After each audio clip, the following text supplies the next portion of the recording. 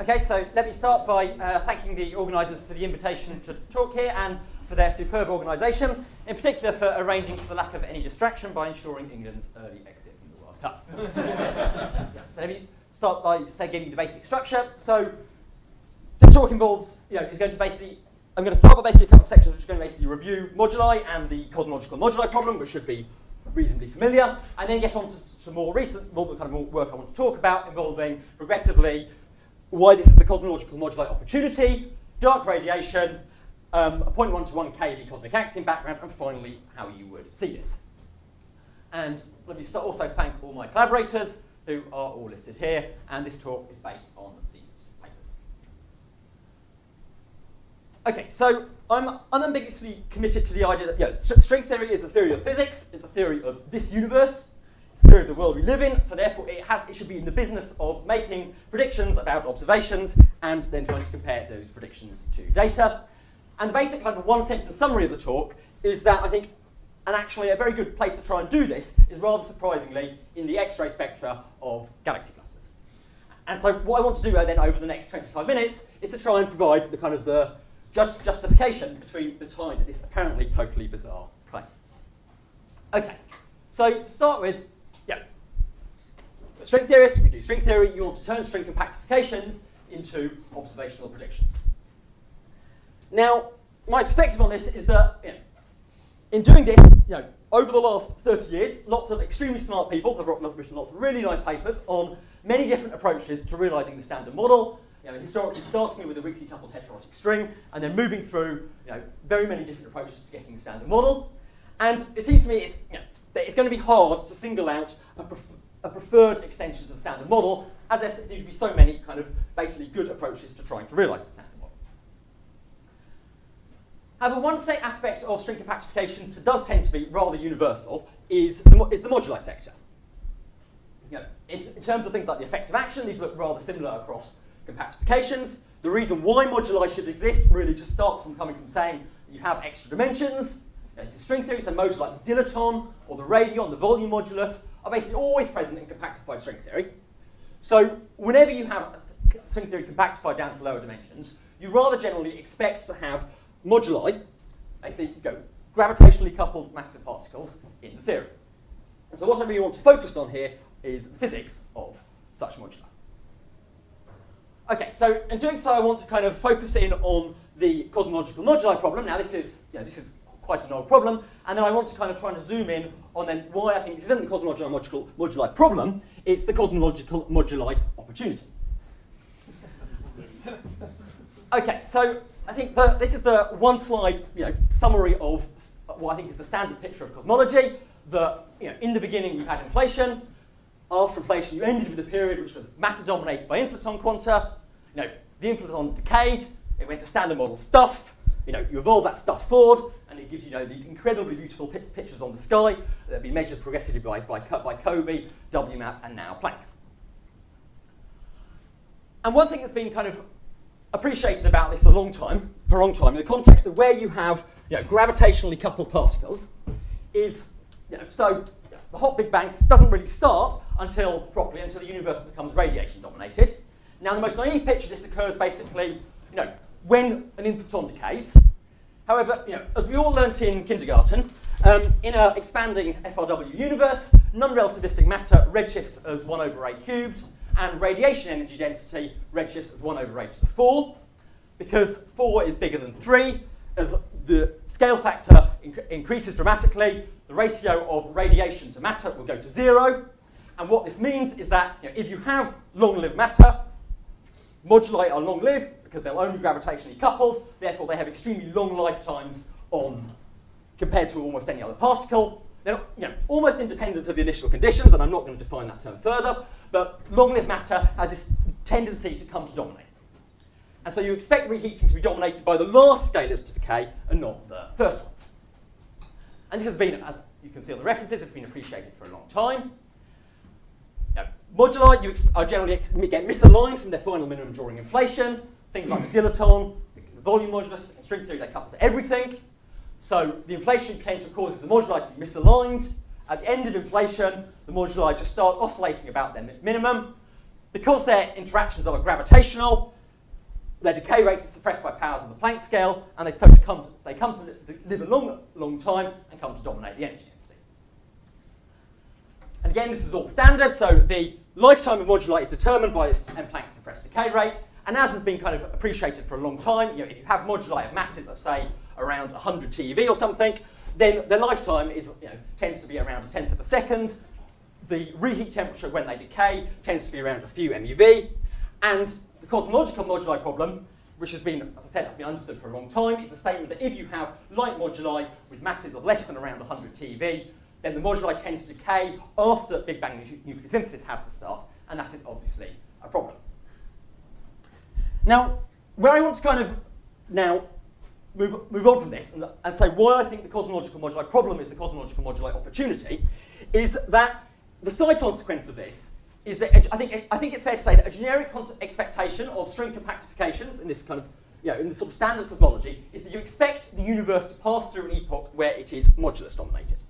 And the reason for this is just simply because moduli couple more briefly than anything else, so everything else decays, the moduli are left over, and until the moduli decay, you can't start the hot Big Bang. So this is the kind of the first point to start with, is the statement that I think it's a reasonably generic expectation of string compactifications that you have this moduli-dominated epoch. And the next thing about moduli is we know that they tend to have gravitational couplings. They come from, for example, the volume modulus comes from the gravitational breathing mode of the extra dimensions. Gravity loves everything. And this means that such modes tend to couple both to visible sectors, for example, the standard model, and also to hidden sectors. And we know that string compactifications often have, they can have many Axion-like particles, they can have hidden photons. String compactifications very generally give you hidden sectors. And in particular, they often give you Axion-like particles in the spectrum. And obviously the QCD example, the QCD Axion is hopefully one example of this, but you can also expect there to be other ones. And because moduli basically have gravitational couplings, you expect them to be able to decay to the hidden sector particles as well as to the visible sector. And so this is where this talk is going to basically be leading on from, that when you have moduli and then they decay to the hidden sectors, this gives rise to dark radiation. And because this is dealing with the decay modes of moduli, this is an ideal subject for string phenomenology. Okay, so now this is why this is the cosmological moduli opportunity, because if you now say that at the time of reheating, you've got hidden sector decay mode, so for example, two Axion-like particles, then you've got the visible sector decay mode here. Standard story, thermalizes, goes to the hot Big Bang. But the fact that axions are so weakly interacting means that the universe is transparent to them to really the very moment they are produced in this two-body decay at the time of when the modulus decays, and then they just propagate unimpeded throughout the rest of the universe right to today, where they are would be present as dark radiation. So this talk is basically about the physics of what's on the right-hand side rather than the left-hand side. Okay, so just to make this a little more sort of in terms of operators. Okay, so the visible sector decays of moduli. For example, the easiest one, you can have just a straight, they appear in the gauge kinetic function, they've got a straight coupling to gauge bosons, expressed by the Planck scale. You could have hidden sector decays, just say in the kinetic term of axions, or coupling to hidden photons, again, Planck suppressed. And this is supported by explicit studies of the effective field theories you get from string compactifications, where you do find that moduli tend to have axionic decay modes with branching ratios that can go from roughly the percent level to unity. Right, so just, this is an example that is close to my heart, but there's no, in the large volume scenario, but there's no particular reason for this. There's nothing of what I've said. The logic is not tied to any particular model of moduli stabilization. There, in this case, you have the lightest modulus is the volume modulus. The volume modulus has a corresponding volume axion, and just expanding the totally canonical Kähler potential that has occurred in almost every string compactification since 1985, the volume modulus couples to its volume axion partner and has got a decay mode to that. And what happens to these decay products, to these axions, I said they propagate freely. This is the cosmic axion background that I'm referring to, and these become dark radiation. Okay, so I now want to say something about dark radiation. Okay, so dark radiation is just, It's like dark matter, except it's relativistic, so it's a dark contribution to the relativistic energy density of the universe rather than a dark contribution to the non-relativistic energy density of the universe. Okay, so we heard some lovely talks on Monday about the sort of the physics of the CMB and what that can constrain, particularly in terms of the tensor to scalar ratio. But what's also true is that the CMB can constrain the presence of additional dark radiation in the early universe, and how this does this is that essentially this leads to a modification of silk damping and then a suppression of power on high L's. And so it modifies the damping tail of the CMB. Dark radiation can also be probed at BBN times because, again, it modifies the expansion rate as a function of temperature, and so modifies the expected primordial abundances. And recent observations have tended to hint at a level between 1 and 3 sigma for delta and F greater than 0. So, this is certainly not a detection, but I think this is definitely... How big? So I'm going to list all the observational values on the... Yeah. So here are the recent CMB measurements from... These are all roughly a year ago. So this depends basically whether you combine with measurements of the Hubble constant in the local universe or not. So roughly the tendency is that where you don't combine, things tend to be roughly 1 sigma high, and where you do combine, they're 2 sigma high. I should also note that if R is 0.2, then the effect is actually to shift things up quite significantly, and then the CMB tends to be about 3 sigma in favour of non-zero delta and F. And again, this wasn't really discussed on Monday, but one thing that is also true is that in addition to developing superb sensitivity to R, future CMB experiments are developing superb sensitivity to delta and F, and the projection of basically the stage 4 CMB experiments is that they're going to take delta and F down to about 0.02. Okay, so also the BNB, sorry, not BNB, the BBN, the BBN abundances. So the most latest kind of measurement of the primordial abundances are again suggesting values that are high by either 1 sigma or roughly 2.5 sigma. So interesting, certainly not conclusive, but given that over the next 10 years, the error bars are going to come down to 0.02, this is definitely, I think, something worth paying attention to. Okay, so I now want to come on to this thing promised in the title, the idea of a cosmic axiom background.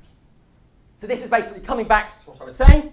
So, as I said, I think it's fair to say that it's a generic expectation of string compactifications that the universe passes through a stage where it's moduli dominated. Moduli also generically have hidden sector decay modes to, for example, massless axion-like particles. And these massless axions will then free stream from the moment they are produced to the present day, and this will give you a cosmic background of relativistic axions, or axion-like particles. Okay, and here I want to come to what I think is something quite interesting and novel about this. Okay, so the moduli Planck coupled, so this sets their decay rate. The decay rate sets the Hubble constant at the time they decay. And then, again, a completely standard computation gives you the estimate of the reheat temperature, that when you go to the visible sector, everything thermalizes, and this gives you an estimate for the reheat temperature in the early universe that scales as to 3/2 power of the modulus mass. And for a modulus mass of about 10 to the 6 GeV, this corresponds to a reheat temperature of around a GeV. With the axions, at the time of the decay, this is a two-body decay. Because these don't thermalize, axions are incredibly weakly interacting. The initial energy of these axions is just set by 1 power of the modulus mass. And so this is then for a 10 to the 6 GeV, modulus would have an initial energy of around about 10 to the 5 GeV. So this is instantly kind of at the point of reheating. What you have is you have the visible sector, which will go on to become the CMB, would have then a temperature of around about 1 GeV for this assumed value of the modulus mass, whereas the axions would have energies of around 10 to the 5, 10 to the 6 GeV. So the pictorial picture of this is you have decays to the visible sector, they thermalize, all kinds of kind of complicated stuff goes on. The energy of the initial decay gets kind of dissipated into hundreds and thousands of particles. The decays to the hidden sector, on the other hand, are completely pristine. It's a two-body decay. Axions are so incredibly weakly interacting, nothing happens to them, they don't thermalize, they retain their initial energy, and they only lose energy via the redshift due to the expansion of the universe. Okay, so this is where you start in the very early universe, and then you want to kind of basically propagate this forward to the present day. Okay, so the basic point is that because the axions never thermalize, their characteristic energy is much higher than the characteristic photon temperature of the C and B. And now the thermal bath from the visible sector decays, this just cools down into the C and B, while the axions only lose energy, use it through redshifting. There are factors, in terms of what happens in the visible sector, there are factors that depend on the effective number of the G star, the effective number of degrees of freedom, but those are kind of tiny and we'll ignore those. Basically, the ratio of the axion energy to the visible photon temperature was set primordially at this approximate ratio of the Planck scale divided by the modulus mass square rooted as a factor of 10 to the 6, and then this is retained through cosmic history to today. Okay, so just to recap where we've been going, we say that we expect moduli, the universe path through was moduli dominated, the visible sector decays of moduli turn into the C and B, the hidden sector decays can go to axions, propagate forward to the present day. The energy of the axions would then be much larger than the characteristic energy of the visible sector photons, i.e. the C and B.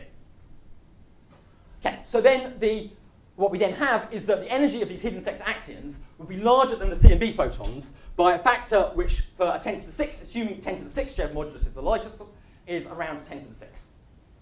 No. Now, there are certainly no kind of absolute first principles prediction of the mass of the lightest modulus in a string compactification, but the reason I've chosen this scale of 10 to the 6 GeV is that this does arise in many string models, and this, there's a sort of a loose correlation here with SUSY approaches to the weak hierarchy problem. If you don't like this mass, it's very easy to just replace it in here. It's getting, as you can see, the energy of the axions would have scales as the inverse square root of the modular mass. Okay, so then these axions originate an effective redshift of around 10 to the 12. They freeze stream to today, and so then the statement that this would then be, this is a prediction that there should be this today, right now, passing through the universe, a primordial background of relativistic axion-like particles, whose energy today would be roughly in the soft X-ray band of between 0.1 and 1 keV. And with a flux such that, roughly if I hold my hand up here, then I've got about 10 to the 8 of them passing through each second. And this is the spectrum that they would have. So this is obviously, this would shift up and down in energy depending on exactly what the modulus mass is, but this is the shape. Sorry to interrupt you, but these can be QCD axions? These could be QCD axions, yeah.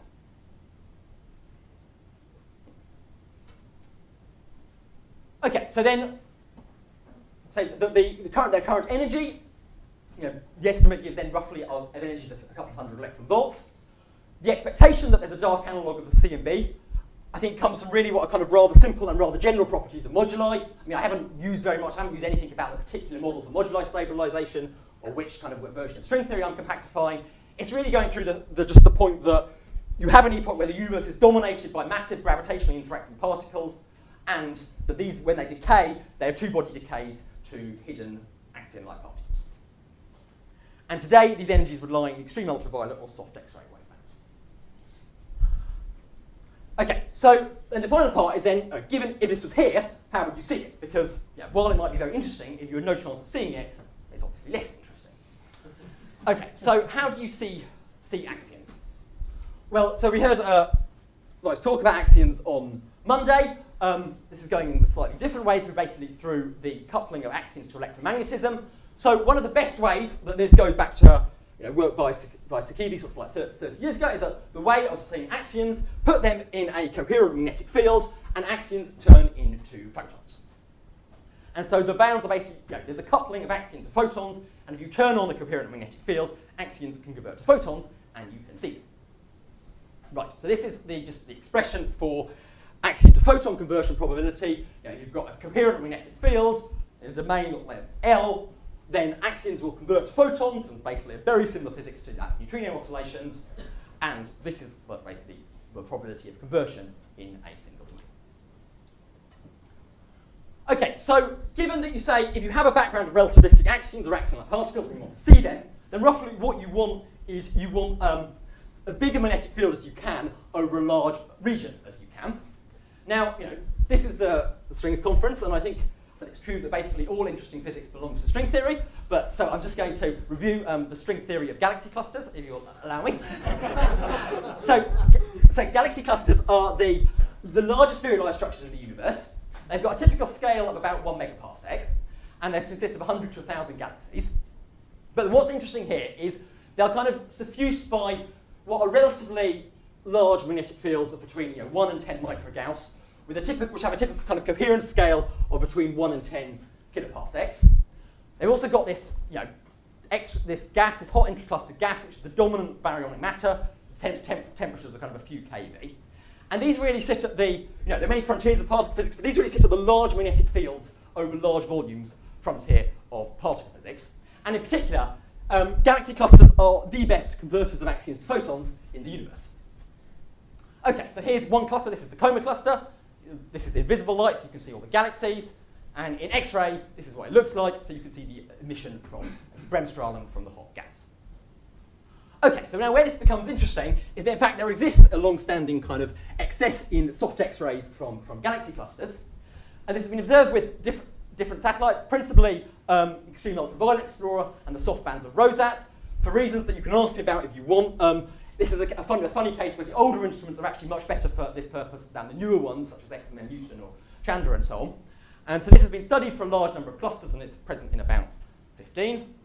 Astrophysical explanations for soft excess you can ask me about. Okay, so these are just some plots. So these show, on the bottom are a list of clusters, and then what's plotted here are, is basically the average fractional excess in what was basically the Rosat R2 band.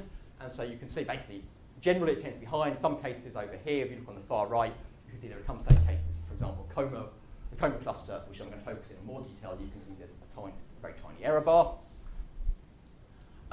Again, basically the morphology, the excess tends to be more pronounced as you move outside from the edge of clusters.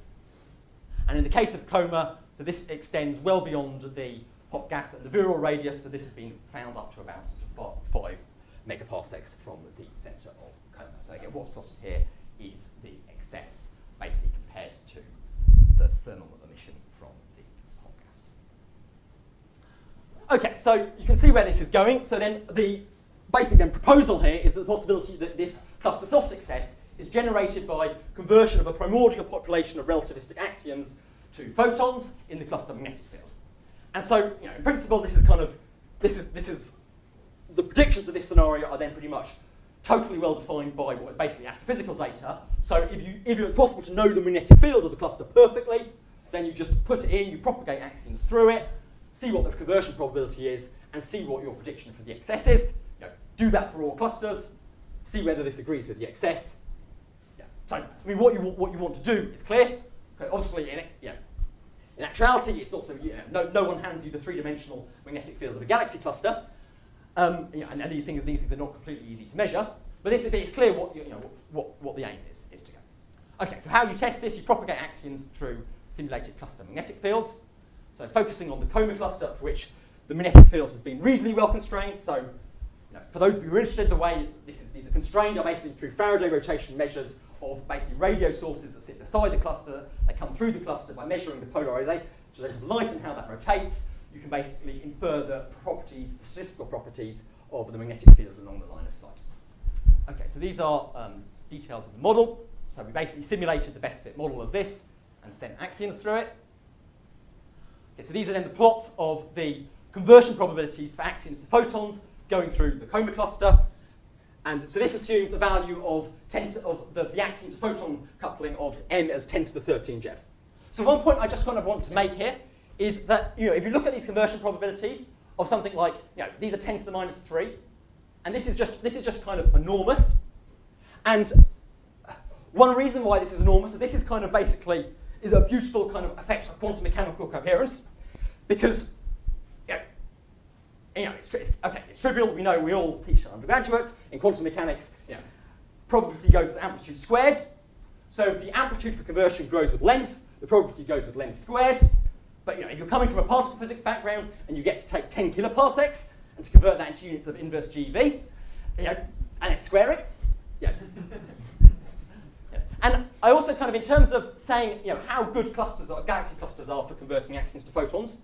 So maybe one way to kind of put this, another way to put this is, if you assume kind of, say, delta and F as about 0.5 of worth of relativistic axions, and you allow the axion to photon coupling to be about 10 to the 11 GeV, then what you would find is that basically X-ray emission from just axions converting to photons would basically, would outshine the entire cluster in X-rays by about 2 orders of magnitude.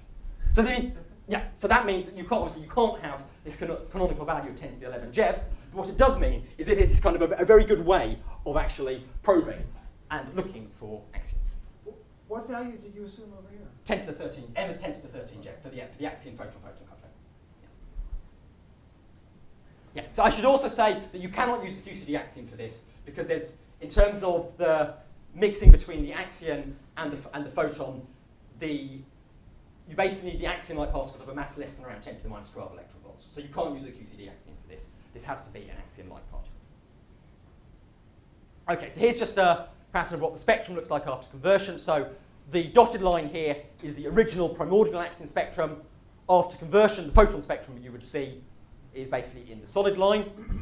And this falls off rapidly at both low and high energies. This is basically a fit of the comparison of the data, which are basically red points, to various different models of the magnetic field that fit the Faraday rotation measurement and basically propagating axions through it. And you can see it fits reasonably well for a value of M of around 7 times 10 to the 12 GeV.